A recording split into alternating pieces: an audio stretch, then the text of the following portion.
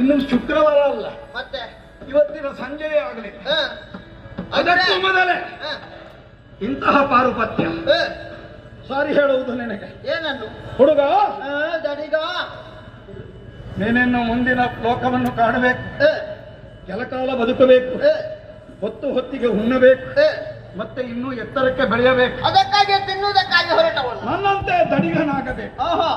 ಆಗ ನಿನಗೊಂದು ಬೆಲೆ ಬರ್ತದೆ. ಈಗ ಬರೇ ಎಳೆಯ ಮಿಡಿಯಂತಿರುವ ನೀನು ಇಷ್ಟು ಹಾರಾಟ ಮಾಡಿದರೆ ಹೇಗೋ? ನಮ್ಮವನು ಯಾರೋ ಸೂರ್ಯನನ್ನು ಹಿಡಿಯುವುದಕ್ಕೆ ಹೋದರೆ ತಡೆಯುವುದಕ್ಕೆ ನಿನಗೆ ಅಧಿಕಾರವೆಲ್ಲಿ? ಸಾರಿ ಹೇಳುವುದು. ಹಿಂದೆ ಹೋದರೆ ಬದುಕು, ಹೆಜ್ಜೆ ಮುಂದೆ ಇಟ್ಟರೆ ಸತ್ತು ಹೋದರೆ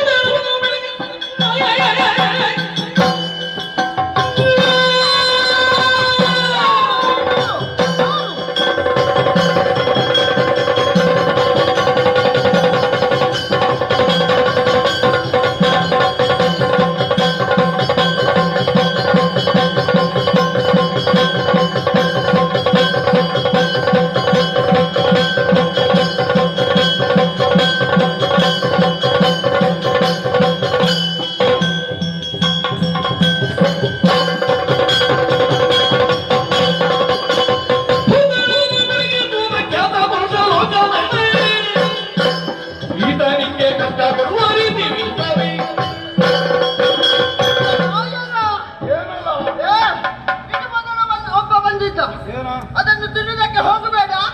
ಅದು ಸೂರ್ಯ ಲೋಕವನ್ನು ಬೆಳಗಿಸುವವ ಹೇಳಿದ್ದು ಮಾತ್ರ.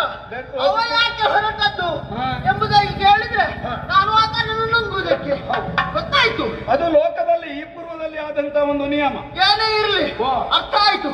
ಅವಳಾದ್ರೆ ಹೋಗಿ ನುಂಗಬಹುದು, ನಾನು ತಿನ್ನಬಾರ್ದು. ಯಾಕೆ ಉಂಟು, ಅವನು ನುಂಗಿದರೆ ಮತ್ತೆ ಅವನನ್ನು ಕಕ್ಕುತ್ತಾನೆ, ಇರಬಾರ್ದು, ಹೊರಬಿಸುತ್ತಾನೆ. ನೀನು ನುಂಗಿದ್ರೆ ಮತ್ತೆ ಮೋಸ ಮಾಡುವುದು ಬೇಡ. ನೀವೊಬ್ಬ ಸಣ್ಣ